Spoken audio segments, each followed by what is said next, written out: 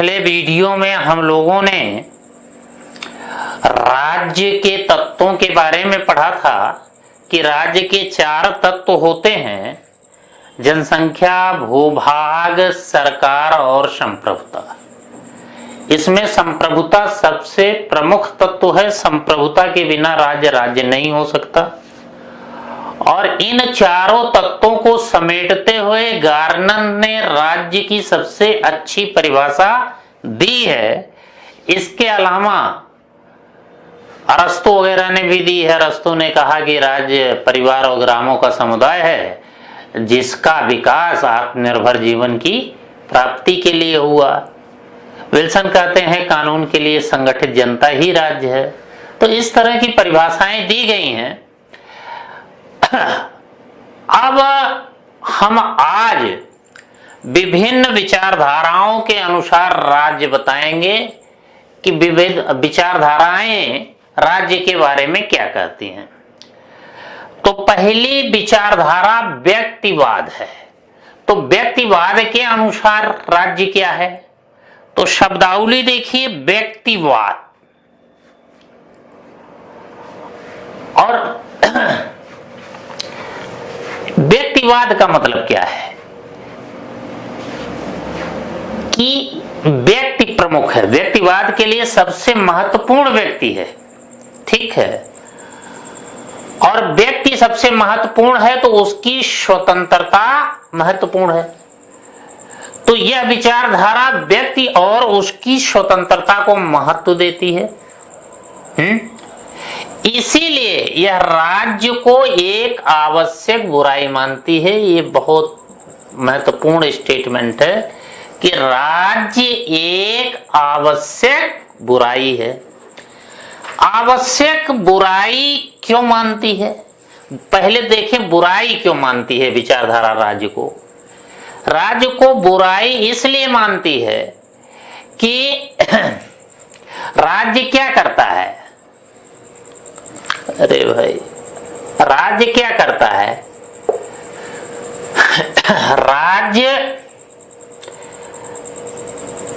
व्यक्ति की स्वतंत्रता को छीन लेता है।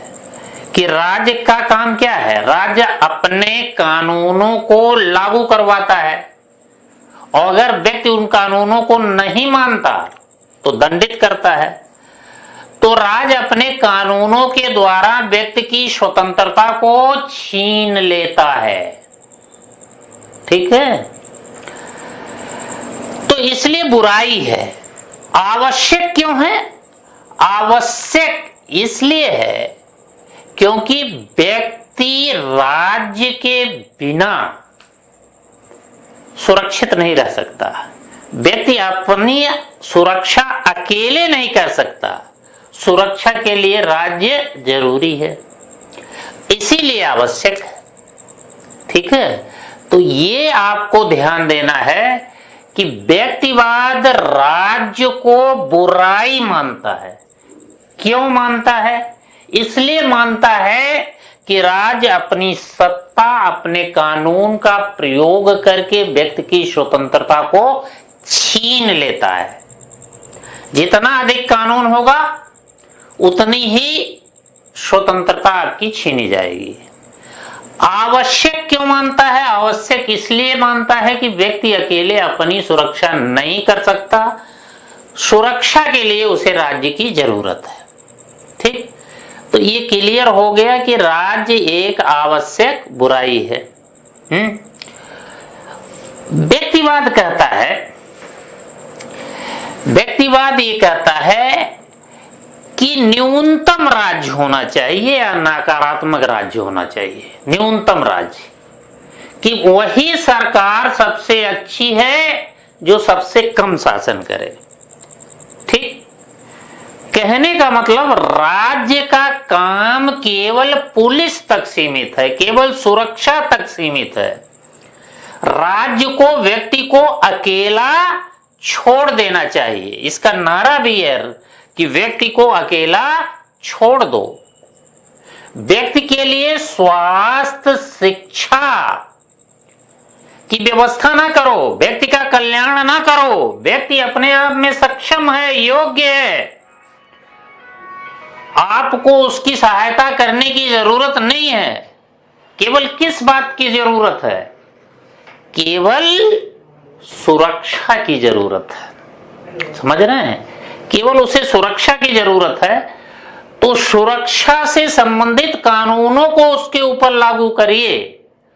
आप कल्याण के नाम पर व्यक्ति की स्वतंत्रता को छीन लेते हैं। ठीक है? और इसलिए व्यक्ति का कल्याण ना करो, व्यक्ति अपना कल्याण स्वयं कर लेगा। व्यक्ति को अकेला छोड़ दो। समझ गए? व्यक्ति को अकेला छोड़ दो। तो वर्तमान सरकार इसी विचारधारा की समर्थक है। वो भी कहती है, सरकार ने नारा दिया है, प्रधानमंत्री जी ने नारा दिया है कि मिनिमम गवर्नमेंट मैक्सिमम गवर्नेंस। ठीक है? मिनिमम गवर्नमेंट, न्यूनतम राज्य।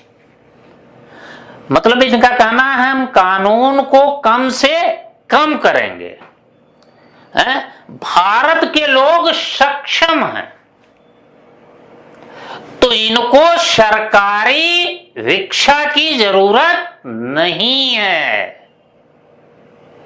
ये अपने स्वास्थ्य की देखभाल कर लेंगे, ये अपने शिक्षा की व्यवस्था कर लेंगे। इनको सरकारी नौकरी की जरूरत नहीं है। ये अपना व्यवसाय करके अपना पेट पाल लेंगे। और व्यवसाय करने के तमाम तरीके भी बताए, कौन कौन सा व्यवसाय करिए, तो ये बताने की जरूरत नहीं है। जैसे तमाम व्यवसाय उन्होंने प्रस्तावित किया, खिलौना बनाइए, कुत्ता पालिए, ये सारे व्यवसाय आपके लिए प्रस्तावित किए हैं। तो यही व्यक्तिवाद है। समझ गए? अभी एक चीज यहां देखिए कि व्यक्तिवाद का मतलब क्या हुआ? निजीकरण। निजीकरण कि भाई व्यक्तिवाद स्वतंत्रता पर बल देता है ना, इसीलिए व्यक्तिवाद किसको महत्व देगा?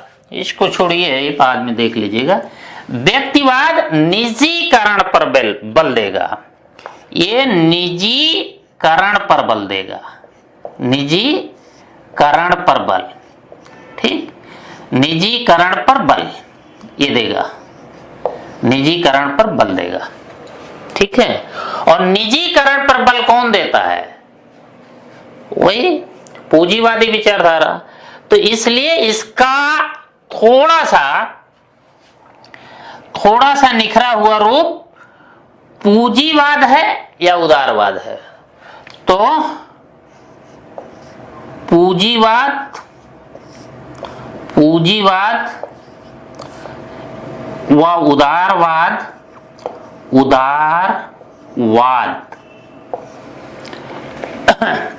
व्यक्तिवादी विचारधारा ही है। उदारवाद व्यक्तिवाद ही है। तो वर्तमान में जो पूंजीवाद है, उदारवाद है, एक तरह से वह व्यक्तिवाद ही है। ठीक है? तो पूंजीवाद भी किसका समर्थन करेगा? निजीकरण का। और देखिए सरकार निजीकरण पर आजकल ज्यादा बल दे रही है कि रेलवे का निजीकरण कर रही है, बीमा व्यवसाय का निजीकरण कर रही है, तमाम चीजों का निजीकरण। जो हमारी धरोहरें थी, स्मारक थे, उनको निजी हाथों में सरकार ने दे दिया, निजी हाथों में दे दिया। अब वो अपने हिसाब से टिकट वगैरह लगाते हैं, जनता देखने जाती है, थोड़ा महंगा हो गया है। जहां पूंजीवाद होगा महंगाई होगी। तो यही पूंजीवाद व उदारवाद यही व्यक्तिवाद है। तो कुल मिलाकर व्यक्तिवाद क्या है? कुल मिलाकर व्यक्तिवाद के अनुसार व्यक्ति साध्य है, राज्य साधन मात्र है। किस चीज का साधन है? सुरक्षा का साधन मात्र है? तो व्यक्तिवाद के लिए क्या है? यही लिख देते हैं। व्यक्तिवाद के लिए ये इंपॉर्टेंट पॉइंट है, हालांकि तमाम जगह हम पढ़ाएंगे। व्यक्ति साध्य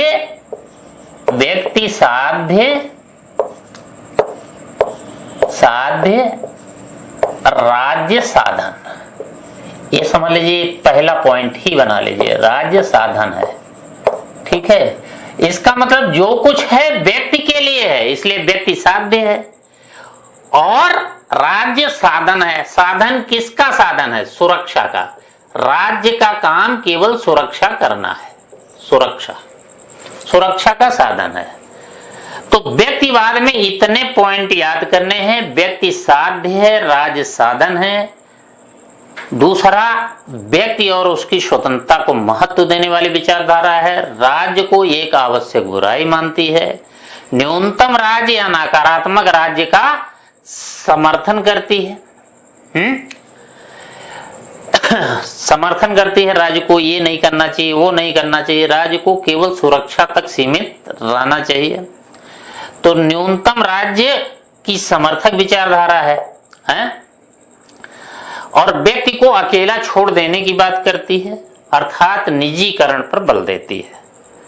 और निजीकरण पर बल देने के कारण इसका मेल किससे है? पूंजीवाद व उदारवाद से है।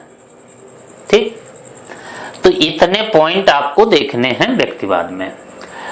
अब दूसरी विचारधारा आइए, समाजवाद। समाजवाद के अनुसार क्या राज्य क्या है? एक तरह से व्यक्तिवाद की विपरीत विचारधारा है। व्यक्तिवाद का प्रतिवाद है समाजवाद। तो ये क्या कह रही है कि समाजवाद किस पर बल देती है? समाज पर बल देती है। समाज पर बल देने के कारण इसके लिए सबसे महत्वपूर्ण चीज है समानता। ये समानता को महत्व देने वाली विचारधारा है। और जबकि व्यक्तिवाद किसको महत्व देने वाली विचारधारा है? स्वतंत्रता को। तो प्रतिवाद हुआ कि नहीं? ये व्यक्तिवाद व्यक्ति और स्वतंत्रता को महत्व देने वाली विचारधारा है। समाजवाद समाज और समानता को महत्व देने वाली विचारधारा है। दूसरी चीज देखिए, व्यक्तिवाद निजीकरण पर आधारित है। जहां निजीकरण हो वही व्यक्तिवाद की पहचान है। जहां सरकारीकरण हो वो समाजवाद की पहचान है। ठीक, तो निजी हॉस्पिटल व्यक्तिवाद, सरकारी हॉस्पिटल समाजवाद, निजी स्कूल व्यक्तिवाद, सरकारी स्कूल समाजवाद, यही पहचान है। तो जो सरकारी होगा सबका होगा। ठीक, और समाजवाद किस पर बल देता है? शोषण से मुक्ति पर बल देता है और व्यक्ति के कल्याण पर बल देता है। ठीक है, शोषण से मुक्ति और व्यक्ति के कल्याण पर या समाज कल्याण पर बल देता है। समाज कल्याण यहां लिख लीजिए, ज्यादा स्पष्ट हो जाएगा, व्यक्ति से कंफ्यूजन हो सकता है। समाज कल्याण पर बल, समाज कल्याण पर बल देता है। तो ये शोषण से मुक्ति और समाज कल्याण पर बल देता है। सबके लिए, हर शरीर के लिए स्वास्थ्य, हर मस्तिष्क के लिए शिक्षा, हर मुंह को रोटी का निवाला देने की बात करता है। समझ गए? तो ये शोषण से मुक्ति और समाज कल्याण पर बल देता है। और समाज कल्याण पर बल देगा तो इसका मतलब क्या है? सकारात्मक राज्य का समर्थक होगा। मतलब ये कहेगा राज्य ये ना करे, राज्य वो ना करे, राज्य शिक्षा की व्यवस्था ना करे, राज्य स्वास्थ्य की व्यवस्था ना करे, राज्य नौकरी की व्यवस्था ना करे। ये कहेगा सब कुछ राज्य करे। राज्य मां के गर्भ से मृत्यु की गोद तक व्यक्ति के सरों के ऊपर छाया बनकर रहे। जैसे बेटा या जैसे बच्चा मां के गर्भ में आए तुरंत राज्य को चिंता होने लगे, उसको टीका लगना चाहिए। पैदा हो तो मां और बच्चे को हर तरह का पोषण प्राप्त हो। बड़ा हो जाए तो स्कूल उसको पढ़ाने लिखाने की चिंता हो। ये सब कौन करेगा? समाजवादी राज्य करेगा। इसलिए समाजवाद क्या कहेगा? राज्य अच्छाई है। समाजवाद राज्य को अच्छाई मानेगा। है? तो तो इसके समर्थक तमाम हैं, लास्की, टानी, जयप्रकाश नारायण, जवाहरलाल नेहरू, ये सब इसके समर्थक हैं। और व्यक्तिवाद के समर्थक जो हैं ये आपके हैं स्पेंसर हैं, लॉक हैं, मिल हैं, ये व्यक्तिवाद के समर्थक हैं। ठीक, व्यक्तिवाद के समर्थक स्पेंसर, लॉक, मिल वगैरह हैं। तो कहने का मतलब ये है कि समाजवाद और व्यक्तिवाद एक दूसरे की विपरीत विचारधारा है। ये व्यक्तिवाद की पहचान निजीकरण है, और जहां सरकारीकरण देखें वहां समाजवाद है। जहां स्वतंत्रता की बात हो वहां व्यक्तिवाद है, जहां समानता की बात हो वहां समाजवाद है। व्यक्तिवाद राज्य को केवल सुरक्षा तक सीमित करता है। समाजवाद कहता है कि राज्य व्यक्ति के सरों के ऊपर हमेशा साया बनकर खड़ा रहे। हैं? तो यही समाजवाद है। व्यक्तिवाद राज्य को एक आवश्यक बुराई मानता है, समाजवाद राज्य को अच्छाई मानता है। ठीक है, यही चीज है। तो अब विभिन्न विचारधाराओं के अनुसार राज्य के जब कार्य बताएंगे फिर व्यक्तिवाद समाजवाद को डिटेल से बताएंगे। तो पॉलिटिकल साइंस में यही एक ही चीज बार बार रिपीट होती है।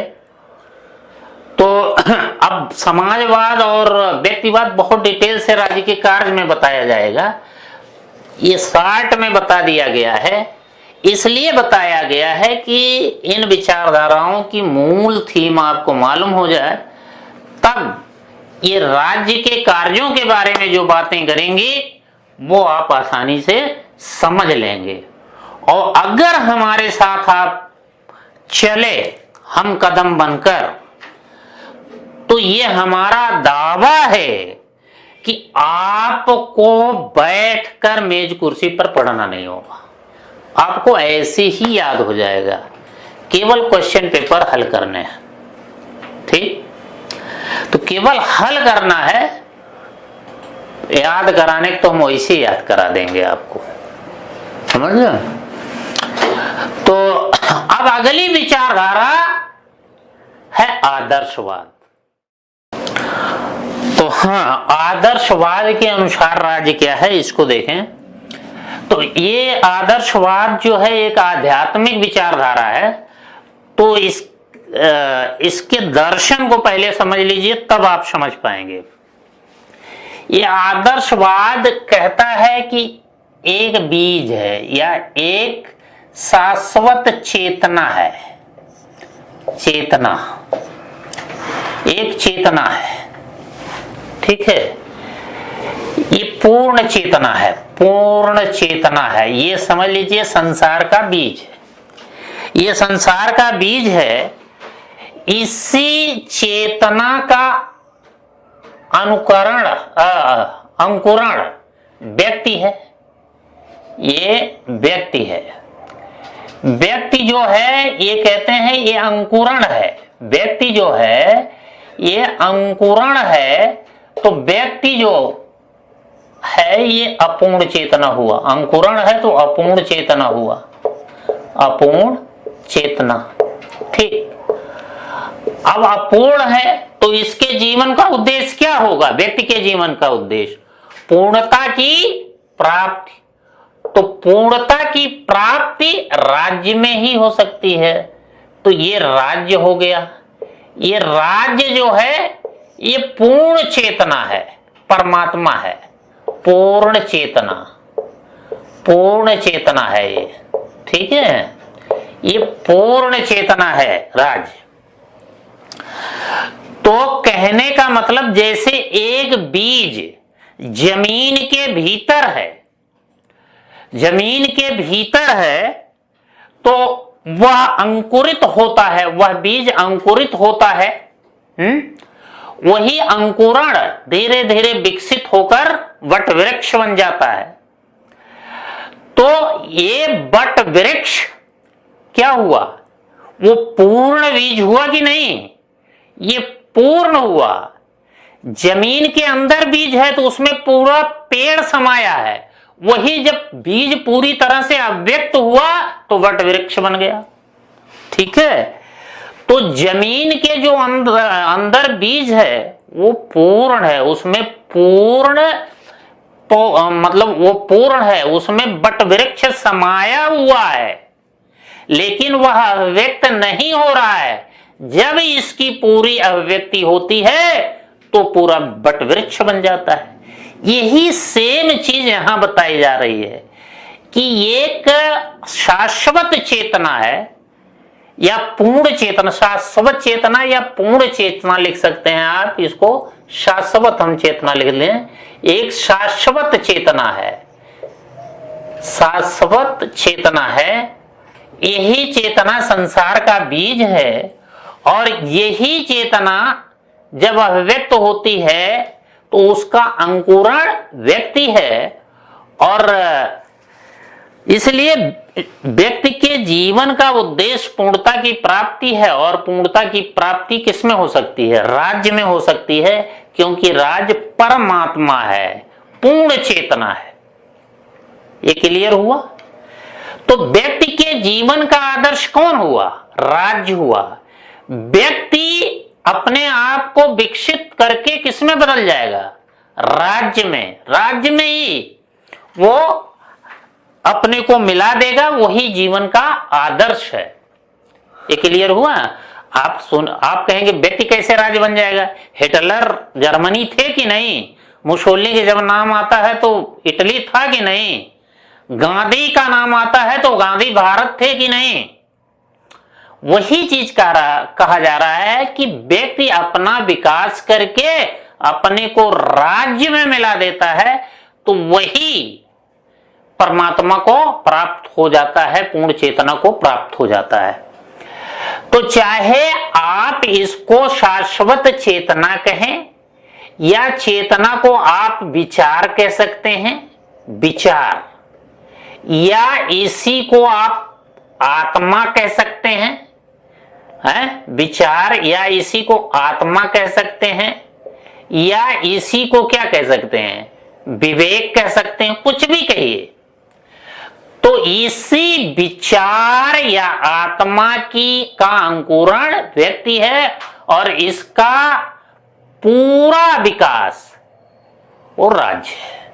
तो राज्य पूर्ण चेतना है या पूर्ण विचार है, पूर्ण विचार है या पूर्ण विवेक है, पूर्ण या परम विवेक, परम विवेक है, परम विवेक है, या इसको कह लीजिए परम आत्मा है, विवेक है। और अगर ना समझ पाए हों तो ऐसे ही समझें कि जैसे परमात्मा ईश्वर है, ईश्वर की अभिव्यक्ति राज्य है, व्यक्ति है, ईश्वर है, ईश्वर की अपूर्ण अभिव्यक्ति व्यक्ति है, और पूर्ण अभिव्यक्ति राज्य है। जैसे आप अध्यात्म क्षेत्र में जाएंगे तो ईश्वर की आज्ञा का उल्लंघन नहीं कर सकते, वैसे भौतिक संसार में आएंगे तो राज्य की आज्ञा का उल्लंघन नहीं कर सकते। तो उम्मीद है आपको ये चीज समझ में आ गई होगी। अब इसी चीज से आदर्शवाद की सारी चीजें निकाल लीजिए। व्यक्ति के जीवन का आदर्श कौन है? राज्य है, तो इसीलिए इसे आदर्शवाद कहा जाता है। तो व्यक्ति साध्य है कि राज्य? राज्य साध्य है। व्यक्ति को किसे प्राप्त करना है? जिसे प्राप्त किया जाता है वो साध्य होता है, राज्य को प्राप्त करना है। ठीक है, इसलिए राज्य साध्य है जिसे व्यक्ति को प्राप्त करना है? दूसरी चीज देखिए, व्यक्ति के लिए क्या है? व्यक्ति के लिए राज्य में ही सब कुछ है, राज्य से बाहर कुछ भी नहीं है। कि व्यक्ति राज्य से बाहर रहने की कल्पना ही नहीं कर सकता, क्योंकि राज्य व्यक्ति का बृहद रूप है, पूर्ण रूप है। इसीलिए राज्य को क्या कहा जाएगा? राज्य को सर्वोच्च विवेक या सर्वोच्च आत्मा कह सकते हैं।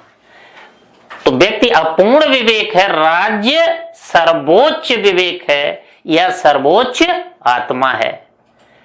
राज्य व्यक्ति के पास शक्ति है कि राज्य के पास? राज्य के पास ही सर्वोच्च शक्ति है, राज्य सर्वोच्च है। अब क्या करना चाहिए क्या नहीं करना चाहिए, इसी को नैतिकता कहते हैं। नैतिकता का मतलब क्या है? क्या हमारे लिए गुड है क्या बैड है, इसी का निर्धारण नैतिकता कहलाता है। तो व्यक्ति को क्या करना चाहिए क्या नहीं करना चाहिए स्वयं व्यक्ति निर्धारित करेगा कि राज्य राज्य ही बताएगा क्या करना चाहिए क्या नहीं करना चाहिए। इसलिए राज्य क्या है? राज्य सर्वोच्च नैतिकता है। ये कांट ने कहा था कि राज्य सर्वोच्च नैतिकता है। राज्य ही बताएगा कि व्यक्ति को क्या करना चाहिए क्या नहीं करना चाहिए, समझ गए। और राज्य बताता भी है, राज्य कहता है ये हम कानून बना रहे हैं, इसी के अंतर्गत रहिएगा, इससे बाहर अगर गए तो जेल में जाओगे। तो क्या सही है क्या गलत है ये राज्य ही बताएगा। राज्य सर्वोच्च नैतिकता है। और इसको अलंकारिक भाषा में हीगल कहते हैं राज्य पृथ्वी पर ईश्वर की पदयात्रा है। मतलब राज्य सर्वोच्च शक्ति है, राज्य पृथ्वी पर ईश्वर की पदयात्रा है। इस तरह आदर्शवाद अधिकतम राज्य की बात करता है। देखिए, व्यक्तिवाद न्यूनतम राज्य की बात करता है, आदर्शवाद अधिकतम राज्य की बात करता है, समाजवाद सकारात्मक राज्य की बात करता है।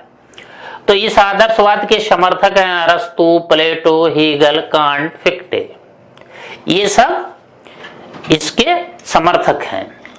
तो आदर्शवाद में केवल इतना ही आपको पकड़ना है कि व्यक्ति अपूर्ण विचार है, व्यक्ति अपूर्ण विवेक है, व्यक्ति अपूर्ण आत्मा है। इसके जीवन का उद्देश्य पूर्णता की प्राप्ति है और वो पूर्णता राज्य में मिल सकती है। इसलिए राज्य पूर्ण चेतना है, पूर्ण विचार है, परम विवेक है। ये परम विवेक है राज्य, परम विवेक, ये स्पष्ट लिख दीजिए भाई, परम विवेक है ये राज, परम विवेक है। ठीक है। और ऐसे में राज्य को आप कहेंगे राज्य सर्वोच्च नैतिकता है, राज्य पृथ्वी पर ईश्वर की पदयात्रा है, राज्य में ही सब कुछ है, राज्य से बाहर कुछ भी नहीं है। तो एक तरह से आदर्शवाद सर्वशक्तिशाली राज्य की वकालत करता है, अधिकतम राज्य की वकालत करता है। अब आइए मार्क्सवाद के अनुसार राज्य। देखिए, मार्क्सवाद के अनुसार राज्य क्या है। मार्क्स तो सीधी सीधी बात करते हैं, ये कहते हैं कि निजी संपत्ति के कारण, निजी संपत्ति, ये कहते हैं निजी संपत्ति के कारण क्या होता है, निजी संपत्ति के कारण समाज दो वर्गों में बंट जाता है। ठीक, जिसके पास निजी संपत्ति होती है वो पूंजीपति वर्ग या बुर्जुआ वर्ग कहते हैं इसको, बुर्जुआ वर्ग कहलाता है, बुर्जुआ वर्ग। ठीक है, बुर्जुआ वर्ग जिसके पास निजी संपत्ति नहीं होती वो सर्वहारा वर्ग कहलाता है, सर्वहारा वर्ग, सर्वहारा वर्ग, या हम इसको पराधीन कह सकते हैं, पराधीन वर्ग, पराधीन वर्ग, और इसको प्रभुत्वशाली वर्ग कह सकते हैं, प्रभुत्वशाली वर्ग, प्रभुत्वशाली वर्ग, प्रभुत्वशाली वर्ग। ठीक है, शाली वर्ग। तो इसका मतलब ये कहते हैं निजी संपत्ति के विकास के कारण समाज दो वर्गों में बंट गया। एक जिसके पास निजी संपत्ति थी वो बुर्जुआ वर्ग या प्रभुत्वशाली वर्ग कहलाया, जिसके पास निजी संपत्ति नहीं थी वो पराधीन वर्ग या सर्वहारा वर्ग कहलाया। मतलब यहाँ जमींदार हो गए, पूंजीपति हो गए, यहाँ किसान और मजदूर हो गए सर्वहारा में। अब ये कहते हैं कि इन दोनों वर्गों के बीच वर्ग संघर्ष छिड़ जाता है। वर्ग संघर्ष, ठीक, वर्ग संघर्ष छिड़ जाता है। क्यों? कि ये बुर्जुआ वर्ग सर्वहारा का शोषण करेगा, सर्वहारा के खून पसीने की कमाई पर ऐश करेगा। पूंजीपत के कारखानों में कौन काम करेगा? मजदूर। जमींदार के खेतों में काम कौन करेगा? किसान करेगा। तो जाहिर सी बात है कि जब ये लोग इनका शोषण करेंगे तो एक वर्ग संघर्ष की स्थिति पैदा हो जाएगी। सर्वहारा के पास तो खोने के लिए कुछ नहीं है, लेकिन बुर्जुआ के पास खोने के लिए सब कुछ है। तो वर्ग संघर्ष छिड़ जाएगा। सर्वहारा वर्ग के लोग इस तरह का गीत गाएंगे अपने आप को जागरूक बनाने के लिए कि स्वानों को मिलता दूध भात, भूखे बालक अकुलाते हैं, माँ की हड्डी से ठिठुर ठिठुर कर सारी रात बिताते हैं। तो ये इस तरह का गीत गाएगा। आज हम सब भी गीत गा रहे हैं, समझ गए? तो अडानी अंबानी ऐश कर रहे हैं, हम लोग गीत गा रहे हैं, बेरोजगारी का गीत गा रहे हैं, इस कोरोना महामारी के काल में अभाव का गीत गा रहे हैं। तो ये सारे गीत गा रहे हैं हम लोग। तो यही कहा जा रहा है एक वर्ग संघर्ष छिड़ जाएगा, लेकिन इस वर्ग संघर्ष से बुर्जुआ को नुकसान हो सकता है और सर्वहारा को तो कोई नुकसान होता नहीं। तो जो बुर्जुआ वर्ग है ये इस वर्ग संघर्ष को दबाने के लिए बुर्जुआ राज्य की स्थापना करेगा। बुर्जुआ राज्य की स्थापना करेगा। ये बुर्जुआ राज्य सर्वहारा का शोषण करेगा और इनका पोषण करेगा। किनका? बुर्जुआ का पोषण करेगा, सर्वहारा का शोषण करेगा। ये कहेगा कि रेल को अडानी अंबानी को दे दीजिए, पूरी रेल व्यवस्था चुस्त दुरुस्त चौचक हो जाएगी।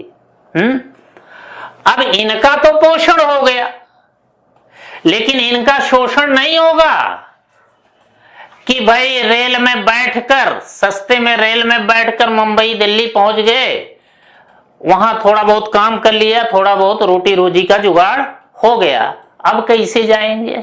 अब जाएं दिल्ली मुंबई, जा पाएंगे? तो वही चीज हम कह रहे हैं कि इनका शोषण होगा और ये बुर्जुआ राज इनका पोषण करेगा और इनको गफलत में रखेगा। क्यों नहीं खिलौना बनाते? खूब बिक रहा है, चीन वाले खिलौना बना के इतने धनाढ्य हो गए। खिलौना बनाओ, पकौड़ा तलो, पकौड़ा बेचो, क्या दिक्कत है? तो इनको समझ में आ जाएगा कि बात तो बढ़िया है यार, ये सब काम तो हम कर सकते हैं। तो कहेंगे कि भाई बुर्जुआ लोग, ये बुर्जुआ राज बड़ा अच्छा है और आंख बंद करके इसका समर्थन करो। और जो लोग इस बात को समझ जाएंगे और आंदोलन करेंगे तो उनको लाठी डंडे से पीटा जाएगा, जेल में डाला जाएगा। तो समझ में आ गया होगा कि मार्क्सवाद ये मजदूरों का समर्थक है, इसलिए राज्य को क्या कहेगा? शोषण का यंत्र। ये राज्य क्या है? शोषण का यंत्र। किसका शोषण कर रहा है? सर्वहारा का शोषण कर रहा है। इसको और क्या कहेगा? एक शक्ति व्यवस्था या वर्ग व्यवस्था कहेगा कि राज्य झूरे लालों के लिए नहीं है, यह शेरों के लिए है। समझ रहे हैं? यह शेरों के लिए है, झूरे लालों के लिए नहीं है। यह पूंजीपतियों के लिए है, मजदूरों के लिए नहीं है। समझ गए? यह एक वर्ग व्यवस्था है, एक वर्ग का को फायदा पहुंचाता है, दूसरे का शोषण करता है। ठीक, यह बुर्जुआ वर्ग के हितों की कार्यकारिणी है। देख लीजिए, इनका पोषण कर रहा है। तो मार्क्स यही कहता है कि निजी संपत्ति के कारण के विकास के कारण समाज दो वर्गों में बंट जाता है। जिसके पास निजी संपत्ति है वो बुर्जुआ वर्ग, जिसके पास नहीं है वो सर्वहारा वर्ग। ठीक, इन दोनों वर्गों में वर्ग संघर्ष छिड़ जाता है और ये इस वर्ग संघर्ष से बुर्जुआ को नुकसान हो सकता है, इसलिए बुर्जुआ राज्य बनाता है। बुर्जुआ राज्य सर्वहारा का शोषण करता है और इसका किसका, बुर्जुआ का पोषण करता है। शोषण मतलब शोषण कैसे करेगा? एक तो विचारधारात्मक भ्रम पैदा कर देगा कि बोलो भारत माता की जय, चाहे तुम गर्त में जाओ लेकिन भारत माता की जय बोलते रहो।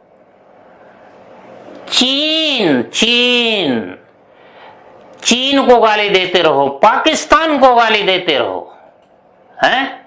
लेकिन अपनी हालत को नजरअंदाज किए रहो कि चीन पाकिस्तान को गाली देकर ही तुम्हारा पेट भर जाएगा। समझ रहे हैं? तुम्हें नौकरी मिल जाएगी। तो ये कौन करता है?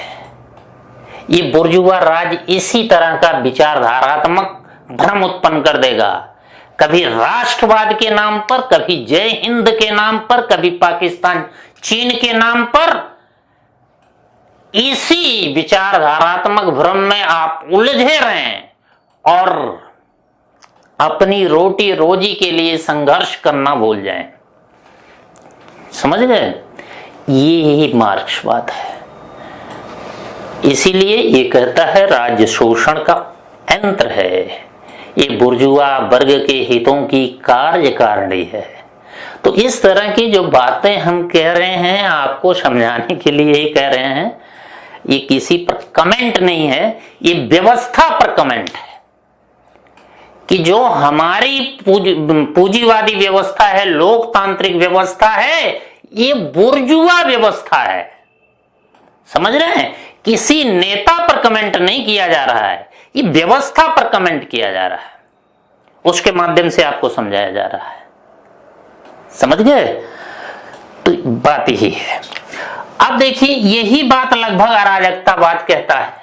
अराजकतावाद कहता है राज्य एक शक्ति व्यवस्था है और जहां शक्ति होगी वहां शोषण होना तय है। चाहे राज्य की शक्ति हो, चाहे धर्म की शक्ति हो या परिवार की शक्ति हो, वहां शोषण होना तय है।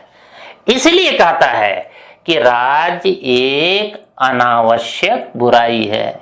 देखिए, व्यक्तिवाद कहता है आवश्यक बुराई है, ये कहता है राज्य एक अनावश्यक बुराई है। ठीक, इसीलिए ये कहता है राज्य विहीन समाज से ही शोषण, राज्य विहीन समाज ही शोषण मुक्त समाज हो सकता है। कि राज्य को समाप्त कर दो, इसकी कोई आवश्यकता है ही नहीं। और जब तक राज्य रहेगा तब तक शोषण होगा, क्योंकि यह एक शक्ति व्यवस्था है। ये टॉलस्टॉय का नाम सुना होगा, क्रोपाटकिन का नाम सुना होगा, बाकुनिन है, अपने गांधी जी का राम राज्य भी इसी तरह का राज्य है। अराजकतावाद, अराजकतावादी राज्य ही राम राज्य है। वहां राम राज्य में भी राम शासन नहीं करेंगे, वहां उनके राम राज्य का मतलब यही है शेर और बकरी एक घाट पर पानी पिएंगे, राज्य की कोई आवश्यकता रहेगी ही नहीं। वो गांधी जी का राम राज्य है। राम राज्य ऐसे थोड़े ही आएगा कि अयोध्या में राम मंदिर बन जाएगा तो राम राज्य आएगा, नहीं, उससे राम राज्य नहीं आएगा। राम राज्य तब आएगा जब हर हाथ को काम मिले, हर मुंह को रोटी का निवाला मिले, जब हर शरीर को स्वास्थ्य मिले, हर मस्तिष्क को शिक्षा मिले, तब राम राज्य आएगा। सबकी भौतिक और मानसिक आवश्यकताएं पूरी होंगी, पेट की आग और मन का राग शांत होगा, तब राम राज्य आएगा। और ऐसा राम राज्य अराजकतावादी समाज में ही आ सकता है। गांधी जी का यही कहना था। तो यही अराजकतावाद है। तो हमने विभिन्न विचारधाराओं के अनुसार राज्य को बता दिया, और इसमें आपने देखा व्यक्तिवाद क्या कहता है, राज्य एक आवश्यक बुराई है। अराजकतावाद क्या कहता है, एक अनावश्यक बुराई है। समाजवाद कहता है राज्य अच्छाई है, और आदर्शवाद कहता है राज्य साध्य है। राज्य में ही सब कुछ है, राज्य से बाहर कुछ भी नहीं है। और मार्क्स महोदय तो कह देते हैं कि राज्य शोषण का यंत्र है। ठीक, तो ये विभिन्न विचारधाराओं के अनुसार राज्य हुआ। तो यहीं पर हम समाप्त करते हैं। धन्यवाद।